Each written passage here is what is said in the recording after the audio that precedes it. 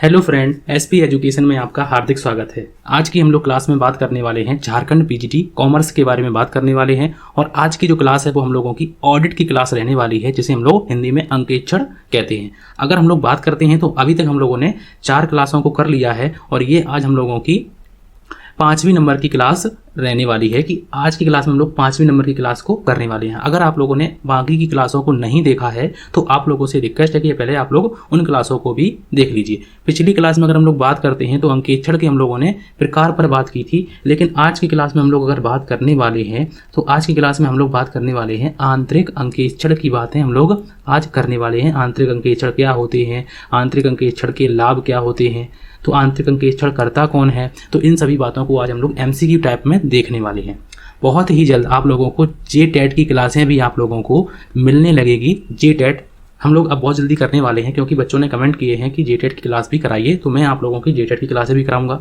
राजस्थान की जो असिस्टेंट की निकली हुई है प्रोफेसर की, उसकी भी हम लोग क्लास करने वाले हैं। और बीकॉम में मैं आप लोगों की ऑल सेमेस्टर की क्लासें करा ही रहा हूँ, ऑल सेमेस्टर की, और अच्छी तरीके से करा रहा हूँ। ऑर्गेनाइजेशन हो, स्टैटिक्स हो, या फिर कॉर्पोरेट अकाउंटिंग हो, फाइनेंशियल अकाउंटिंग हो, चाहे किसी भी सब्जेक्ट की बात करें, हम लोग अच्छी तरीके से कर रहे हैं। और बिहार की भी हम लोग अच्छी तरीके से बातें कर रहे हैं। आप लोगों को एक चीज़ और मैं बताना चाहता हूं कि झारखंड की एसएससी की बात अगर हम लोग करते हैं और इसमें हम लोग कॉमर्स के सिलेबस को अब बहुत ही जल्द देखने वाले हैं कि इसमें झारखंड एसएससी में कॉमर्स का सिलेबस जो है उसको भी हम लोग देखने वाले हैं। तो आज की क्लास में हम लोग बिना समय गवाए, इतना तो मैंने आप लोगों को इन्फॉर्मेशन दे दी है कि हम लोग क्या करने वाले हैं और किन किन चीज़ों की अब हम लोग तैयारी करने वाले हैं। अगर आप लोगों को वीडियो अच्छा लगता है और एसपी एजुकेशन चैनल से अगर अच्छा लगता है तो आप लोग लाइक जरूर करें और सब्सक्राइब जरूर करें। तो चलिए हम लोग बिना समय गवाए स्टार्ट करते हैं अपनी आज की क्लास को। और जो क्लास में लिखा हुआ है क्वेश्चन नंबर 1 लिखा हुआ है। क्वेश्चन नंबर 1 में क्या क्या लिखा हुआ है कि लेखा पुस्तकों की संस्था के कर्मचारियों द्वारा जांच कहलाती है। अगर हम लोग लेखा पुस्तकें हैं, ठीक है, लेखा पुस्तकें हैं और उनकी जांच अगर संस्था के कर्मचारी करते हैं तो उस जांच को हम लोग क्या कहते हैं, उस जांच को हम लोग क्या कहते हैं, आंतरिक नियंत्रण कहते हैं, आंतरिक अंकेक्षण कहते हैं, आंतरिक निरीक्षण कहते हैं, या फिर आंतरिक सत्यापन कहते हैं। तो सही आंसर आप लोगों को बताना है कि लेखा पुस्तकों की जांच अगर संस्था के कर्मचारियों द्वारा की जाती है तो उसे हम लोग क्या कहते हैं, तो उसे हम लोग क्या कहते हैं। तो इसका सही आंसर आप लोगों को बताना है कि उसे हम लोग आंतरिक अंकेक्षण कहते हैं। और इसी क्लास को हम लोग आज करने वाले हैं। उसे हम लोग क्या कहने वाले हैं, आंतरिक अंकेक्षण कहने वाले हैं। और उसे कहते हैं क्या, तो आंतरिक अंकेक्षण उसे कहते हैं, आंतरिक अंकेक्षण। तो उसे हम लोग क्या कहते हैं, तो उसे हम लोग आंतरिक अंकेक्षण कहते हैं। क्वेश्चन नंबर 2 की बात करते हैं। क्वेश्चन नंबर 2 में क्या लिखा हुआ है, क्वेश्चन नंबर 2 में लिखा हुआ है कि आंतरिक अंकेक्षण होता है। आंतरिक अंकेक्षण कैसा होता है, ऐच्छिक होता है, अनिवार्य होता है, छल कपट बढ़ाने वाला होता है, या फिर इनमें से कोई नहीं होता है। तो इसका सही आंसर आप लोगों को बताना है कि आंतरिक अंकेक्षण होता है, कैसा होता है। तो इसका जो सही आंसर है वो आप लोगों को बताना है कि क्या हो जाएगा। तो इसका सही आंसर क्या हो जाएगा कि आंतरिक अंकेक्षण जो होता है वो ऐच्छिक होता है, ना कि अनिवार्य होता है, ना छल कपट बढ़ाने वाला होता है। तो इसका सही आंसर क्या हो जाएगा, ए ऑप्शन बिल्कुल सही आंसर हो जाएगा। उसके बाद नेक्स्ट क्वेश्चन, और नेक्स्ट क्वेश्चन में लिखा हुआ है क्वेश्चन नंबर, अगर हम लोग 3 की बात करते हैं, क्वेश्चन नंबर 3 में क्या लिखा हुआ है उसको अगर हम लोग देखना चाहते हैं तो थोड़ा सा हम लोगों को जूम आउट करना पड़ेगा। क्वेश्चन नंबर 3 में लिखा हुआ है खाली स्थान प्रबंधकीय नियंत्रण को प्रभावी बनाने के लिए संस्था की लेखा, वित्तीय एवं अन्य क्षेत्रों से संबंधी क्रियाओं का मूल्यांकन क्या होता है, उसे क्या कहते हैं, आंतरिक अंकेक्षण कहते हैं, अंकेक्षण कार्यक्रम कहते हैं, अंकेक्षण कार्य पद्धति कहते हैं, या फिर अंकेक्षण पुस्तिका कहते हैं। कि प्रबंधकीय जो नियंत्रण होते हैं उनको प्रभावी बनाने के लिए, उनको अच्छा बनाने के लिए, उनको इफेक्टिव बनाने के लिए संस्था की लेखा एवं वित्तीय एवं अन्य क्षेत्रों से संबंधित जो क्रियाएं हैं उनका अगर हम लोग मूल्यांकन करते हैं तो उसे हम लोग क्या कहते हैं, तो उसे हम लोग आंतरिक अंकेक्षण कहते हैं। तो इसका राइट आंसर क्या हो जाएगा, ए ऑप्शन बिल्कुल सही आंसर हो जाएगा, ए ऑप्शन बिल्कुल सही आंसर हो जाएगा। क्वेश्चन नंबर 4 की अगर हम लोग बात करते हैं, क्वेश्चन नंबर 4 की थोड़ा सा जूम आउट, एक सेकंड, हाँ, क्वेश्चन नंबर 4 में लिखा हुआ है कि एक आंतरिक अंकेक्षक होता है। एक आंतरिक अंकेक्षक, यहाँ पे अंकेक्षक पूछा गया है। एक आंतरिक अंकेक्षक कौन हो सकता है, जो संस्था का अस्थायी कर्मचारी है, स्थायी कर्मचारी हो, स्वतः कंपनी का मालिक हो, या फिर इनमें से कोई नहीं। तो एक आंतरिक जो है, आंतरिक अगर हम लोग अंकेक्षण करेंगे तो उसके लिए हमें अंकेक्षक चाहिए। अब अंकेक्षक चाहिए तो उसे हम लोग आंतरिक अंकेक्षक कहते हैं। अब आंतरिक अंकेक्षक कौन हो सकता है, तो आंतरिक अंकेक्षक कौन हो सकता है, तो इसका राइट आंसर है हम लोगों का कि स्थायी कर्मचारी कंपनी का होना चाहिए या संस्था का स्थायी जो एम्प्लॉय है, जो परमानेंट एम्प्लॉय है, उसी से हम लोग आंतरिक अंकेक्षण उसी को कह सकते हैं। तो इसका राइट आंसर है बी ऑप्शन बिल्कुल सही आंसर हो जाएगा। तो इसका राइट आंसर क्या हो जाएगा, बी ऑप्शन बिल्कुल सही आंसर हो जाएगा। क्वेश्चन नंबर 4 की बात के बाद हम लोग 5 नंबर की बात करते हैं। क्वेश्चन नंबर 5 की बात करते हैं कि आंतरिक अंकेक्षण का उद्देश्य है, आंतरिक अंकेक्षण का उद्देश्य है लेन देनों की जांच करना, लेन देनों का मूल्यांकन करना, संपत्तियों की सुरक्षा करना या फिर उपरोक्त सभी कार्य करना। तो आंतरिक अंकेक्षण के जो उद्देश्य हैं उनकी अगर हम लोग बात करते हैं तो लेन देनों की जांच करना ये भी इसका कार्य है, लेन देनों का मूल्यांकन करना ये भी उद्देश्य है, संपत्तियों की सुरक्षा करना ये भी उद्देश्य है। तो उपरोक्त सभी जो हैं वो इसके उद्देश्य हो जाते हैं। तो इसलिए राइट आंसर क्या हो जाएगा, डी ऑप्शन बिल्कुल सही आंसर हो जाएगा, डी ऑप्शन बिल्कुल सही आंसर हो जाएगा। उसके बाद नेक्स्ट क्वेश्चन, और क्वेश्चन नंबर 6 में लिखा हुआ है, क्वेश्चन नंबर 6 में लिखा हुआ है कि आंतरिक अंकेक्षण का प्रतिवेदन, आंतरिक जो अंकेक्षण है उसका प्रतिवेदन है तो वो मान्य होता है, अमान्य होता है, मान्य होता है, उपरोक्त दोनों हो सकता है, इनमें से कोई नहीं हो सकता है।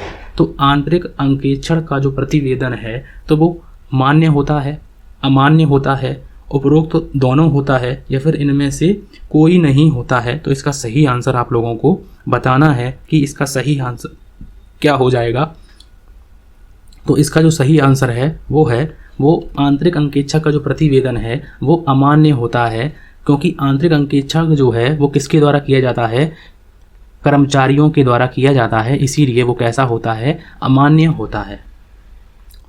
क्वेश्चन नंबर नेक्स्ट में लिखा हुआ है, क्वेश्चन नंबर अगर हम लोग 7 की बात करते हैं, क्वेश्चन नंबर 7 में लिखा हुआ है कि आंतरिक अंकेक्षण का कार्य तब किया जाता है जब लेखे संबंधी कार्य हो जाता है।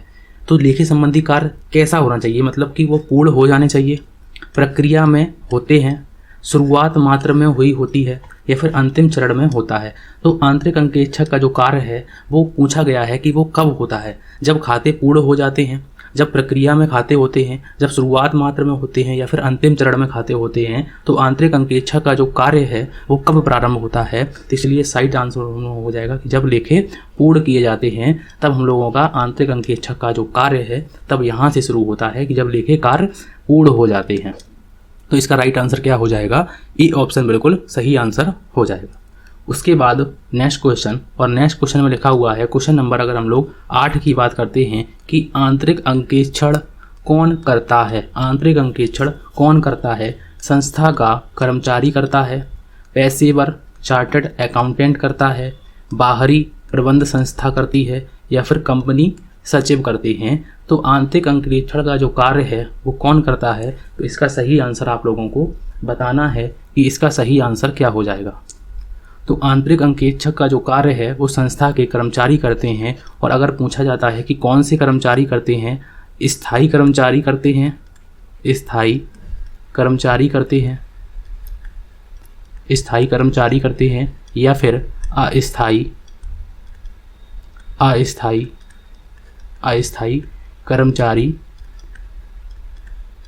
अस्थायी कर्मचारी करते हैं। तो वो कौन करते हैं, तो वो कैसे कर्मचारी होने चाहिए, तो वो स्थायी कर्मचारी होने चाहिए। तो इसका राइट आंसर क्या हो जाएगा, अगर स्थायी पूछा जाता है या अस्थायी पूछा जाता है तो आप लोग इस पर क्लिक करेंगे। फिलहाल इस ऑप्शन का राइट आंसर क्या हो जाएगा, ए ऑप्शन बिल्कुल सही आंसर हो जाएगा। क्वेश्चन नंबर नेक्स्ट में लिखा हुआ है, क्वेश्चन नंबर 9 में लिखा हुआ है कि आंतरिक अंकेक्षण में शामिल है, आंतरिक अंकेक्षण में क्या क्या शामिल है, लेखा पुस्तकों की जांच करना तो ये भी शामिल है, विवरणों की जांच करना तो ये भी शामिल है। तो इसलिए सी ऑप्शन में लिखा हुआ है उपरोक्त ए और बी दोनों या फिर इनमें से कोई नहीं।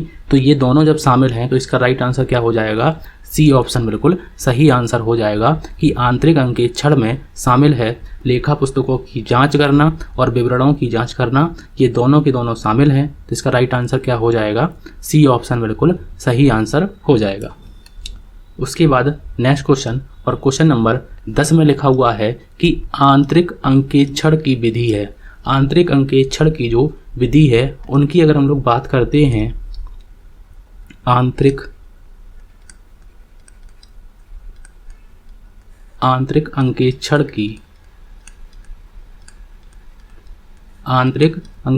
की विधियां, आंतरिक अंकेक्षण की विधियां जो हैं वो कौन कौन सी होती हैं, उनकी अगर हम लोग बात करते हैं तो नंबर 1 अगर हम लोग बात करते हैं तो वो कौन सी विधि है, तो उन विधियों को अगर हम लोग देखना चाहते हैं तो वैधानिक अंकेक्षण,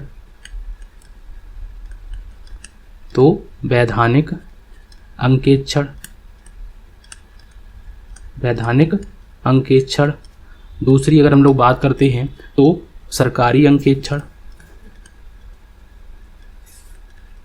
सरकारी अंकेक्षण। तीसरी वार्षिक अंकेक्षण, वार्षिक अंकेक्षण।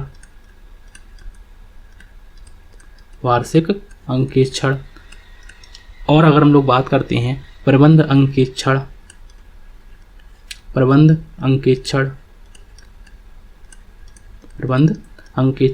और अगर हम लोग बात करते हैं तो लागत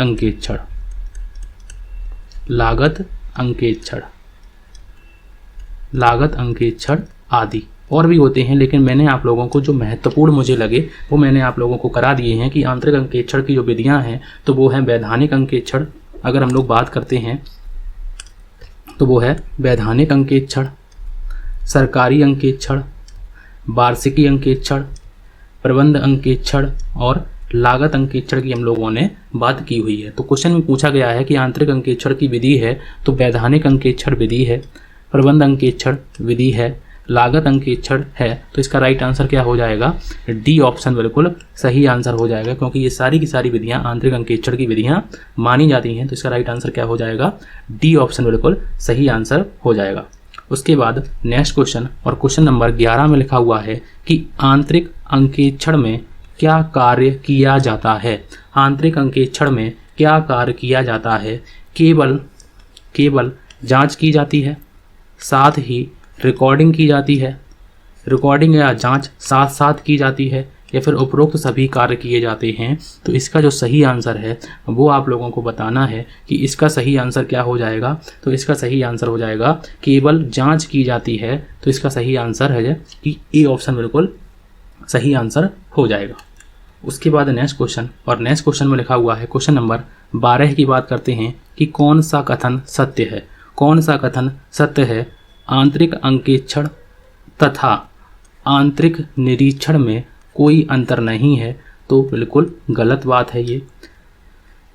सामान्यतः आंतरिक अंकेक्षण वेतनभोगी कर्मचारी होते हैं, हो सकता है ये बात सही हो।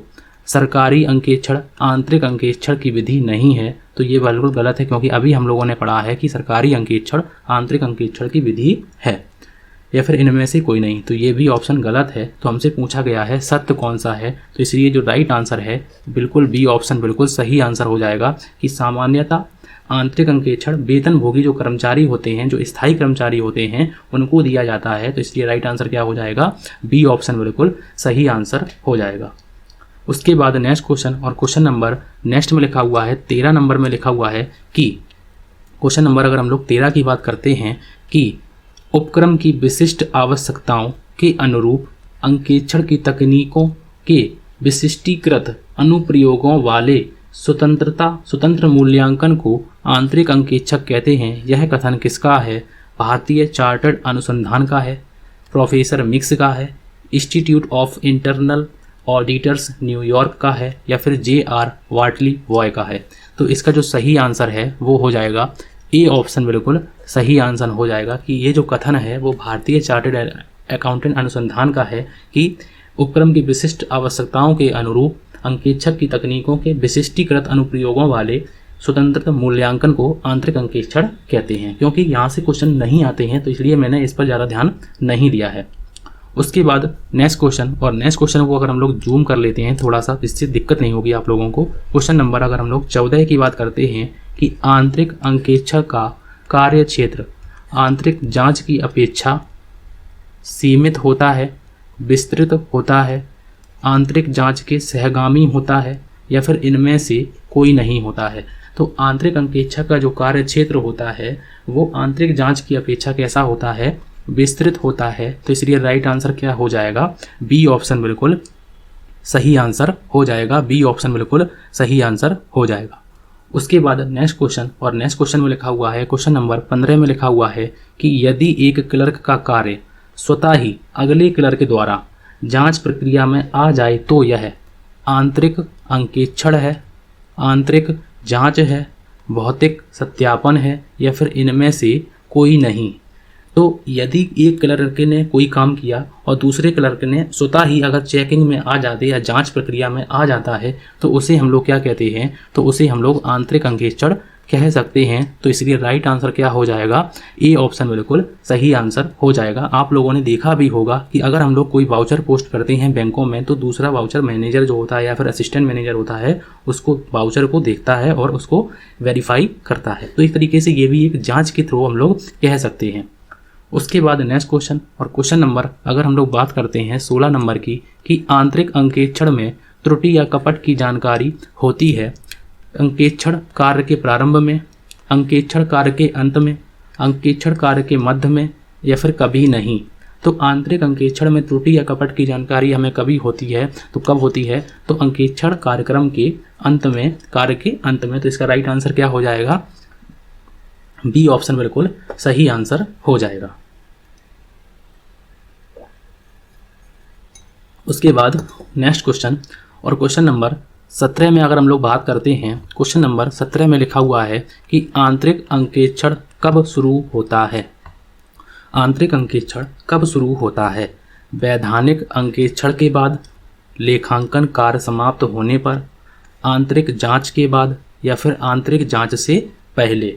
तो आंतरिक अंकेक्षण कब शुरू होता है, इंटरनल ऑडिट कब शुरू होती है, तो अकाउंटिंग का कार्य समाप्त होने के बाद हम लोग आंतरिक अंकेक्षण करते हैं। ये मैंने आप लोगों को पहली क्लास में भी बताया था।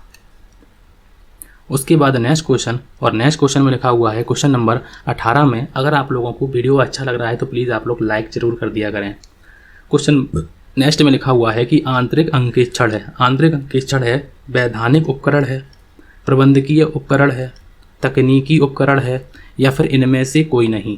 तो आंतरिक अंकेक्षण एक कैसा उपकरण है, ये बात अगर पूछी जाती है तो इसका जो सही आंसर है वो है वैधानिक उपकरण है। तो इसका राइट आंसर क्या हो जाएगा, ए ऑप्शन बिल्कुल सही आंसर हो जाएगा। सॉरी एक सेकेंड, वैधानिक नहीं है, ये प्रबंधकीय उपकरण है, क्योंकि वैधानिक अंकेक्षण अगर अकेला अंकेक्षण अगर पूछा जाता तो हम लोगों का वैधानिक होता, लेकिन यहाँ पर प्रबंधकीय उपकरण है क्योंकि प्रबंध के द्वारा, कर्मचारियों के द्वारा ये कार्य किया जाता है। उसके बाद नेक्स्ट क्वेश्चन, और नेक्स्ट क्वेश्चन में लिखा हुआ है क्वेश्चन नंबर 19 में लिखा हुआ है कि आंतरिक अंकेक्षक की नियुक्ति किसके द्वारा की जाती है, या किसके द्वारा की जाती है, प्रबंध के द्वारा की जाती है, कंपनी कानून के द्वारा की जाती है, बैंकिंग कानून के अनुसार की जाती है, पेशेवर संस्थाओं द्वारा की जाती है। तो आंतरिक अंकेक्षक में कौन होता है, तो आंतरिक अंकेक्षक में आप लोग कहेंगे कि कर्मचारी जो होते हैं, कर्मचारी होते हैं संस्था के। तो संस्था के कर्मचारियों की नियुक्ति कौन करता है, तो संस्था के कर्मचारियों की नियुक्ति प्रबंध करते हैं। तो इसलिए मैंने अभी आप लोगों को बताया था पिछली बार क्वेश्चन में कि इसका जो राइट आंसर है ए ऑप्शन बिल्कुल सही आंसर हो जाएगा। उसके बाद नेक्स्ट क्वेश्चन, और क्वेश्चन नंबर अगर हम लोग बात करते हैं 20 नंबर की, कि आंतरिक अंकेक्षक के लिए पेशेवर योग्यता क्या है। कर्मचारी जो कार्य करते हैं आंतरिक अंकेक्षण का, तो उनके लिए योग्यता क्या है, वो चार्टर्ड अकाउंटेंट होने चाहिए, तो नहीं, बिल्कुल नहीं। लागत लेखाकार होने चाहिए, नहीं होने चाहिए। कंपनी सचिव होने चाहिए, बिल्कुल। कोई पेशेवर योग्यता निर्धारित नहीं है, उनकी कोई पेशेवर योग्यता निर्धारित ही नहीं है। तो इसलिए राइट आंसर क्या हो जाएगा, डी ऑप्शन बिल्कुल राइट आंसर हो जाएगा। इस क्वेश्चन का राइट आंसर क्या हो जाएगा, डी ऑप्शन की कोई पेशेवर योग्यता निर्धारित नहीं है। तो इसका राइट आंसर है डी ऑप्शन।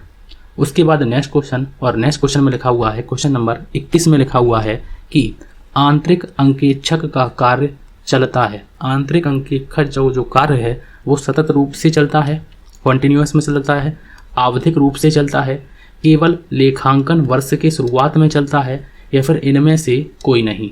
तो आंतरिक अंकेक्षक का जो कार्य है वो किस रूप से चलता है, तो वो लगातार चलता है, सतत रूप से चलता है। तो इसका राइट आंसर क्या हो जाएगा, ए ऑप्शन बिल्कुल सही आंसर हो जाएगा।